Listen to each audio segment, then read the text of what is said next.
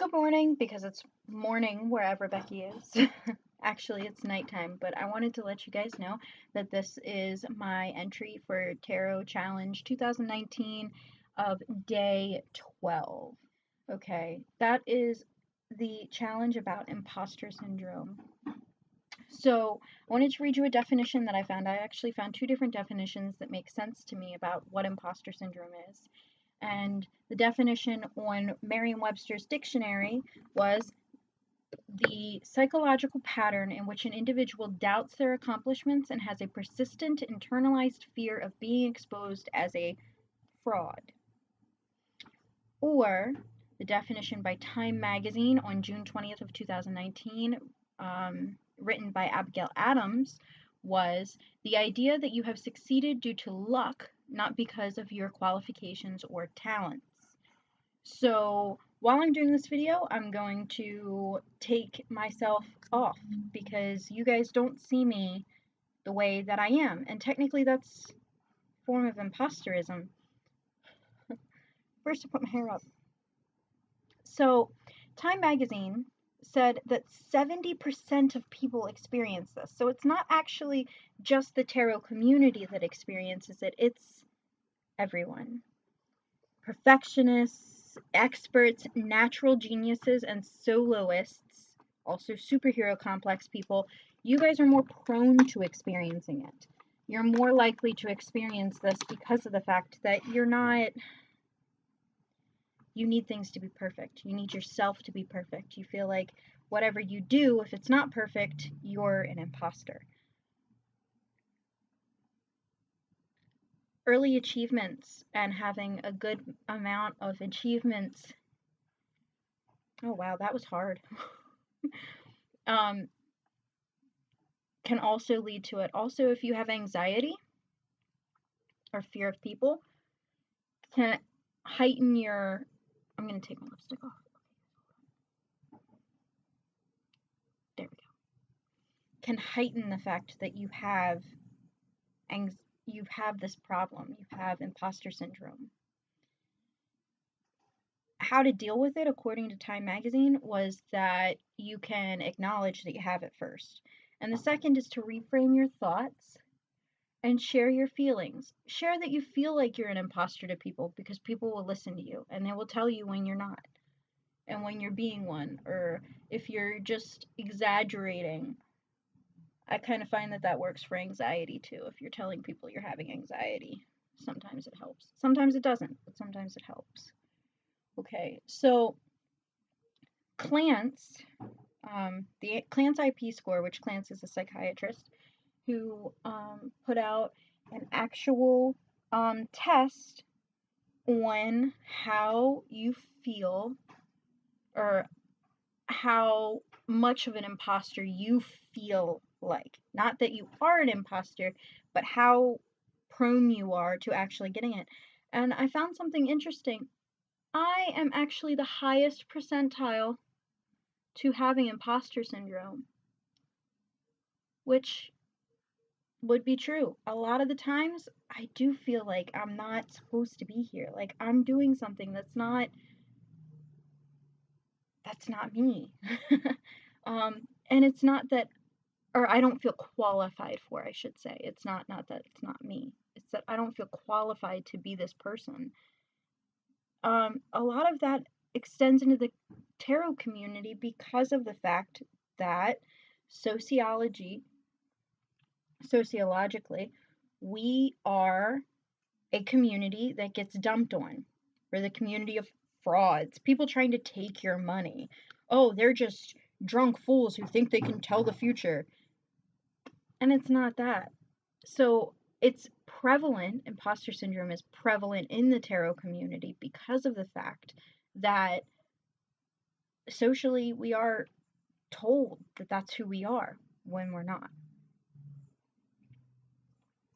Also, there are no set rules and regulations, so when you're reading tarot for someone else, there's nothing to tell you that yes, you're doing a good job, or no, you're not doing a good job. There's no certification out there that really exists that's going to be able to tell you that, because it's a spiritual thing. Nobody's going to be able to tell you if you're a good pastor or a good psychiatrist or, good at this or that, because there is no set rule book when it comes to these human on human contacts, So one definition of a good tarot reader for some people is not a good definition for other people. And then you figure you add your society telling you that you're a fraud, to the fact that somebody might walk up to you one day and go, that reading doesn't resonate with me, or you did a bad reading because you told me I was going to die, and it's really that. The idea is that you have to be comfortable in yourself, and if you have anxiety, if you have perfectionism, if you need other people to tell you that you're doing good, you end up feeling like you're an imposter. You got this out of luck. Typically, the luck doesn't really resonate with a tarot reader because typically we work toward what we're getting, but it's more so the idea that you don't know what you're getting is real.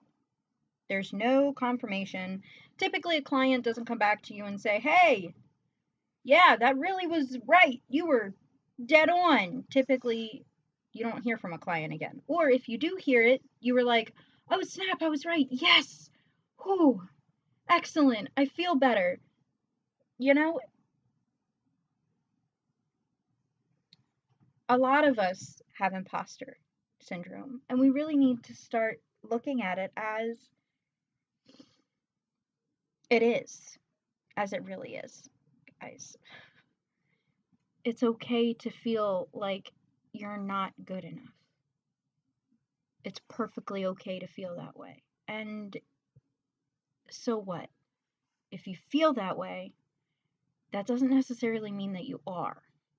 It's kind of like anxiety. If you fear something, it doesn't necessarily mean that it's going to happen. Okay? Try to work around it. You don't need somebody else's piece of paper to tell you you're good at something or that you know something. There are places out there that offer tarot certifications, tarot diplomas. You're going to be good at this because I told you you were good at this. You don't need those things. You want them. You want somebody else to tell you that you're good at it because you feel like if somebody else tells you you're good at it, that means that you have to be.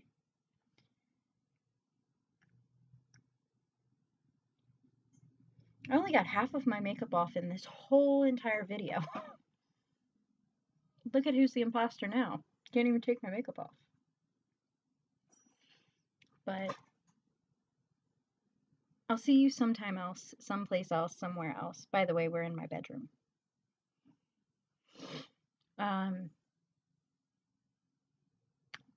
I just hope that whoever you are, even if you are experiencing imposter syndrome, even if it's not in the tarot community, realize it for what it is.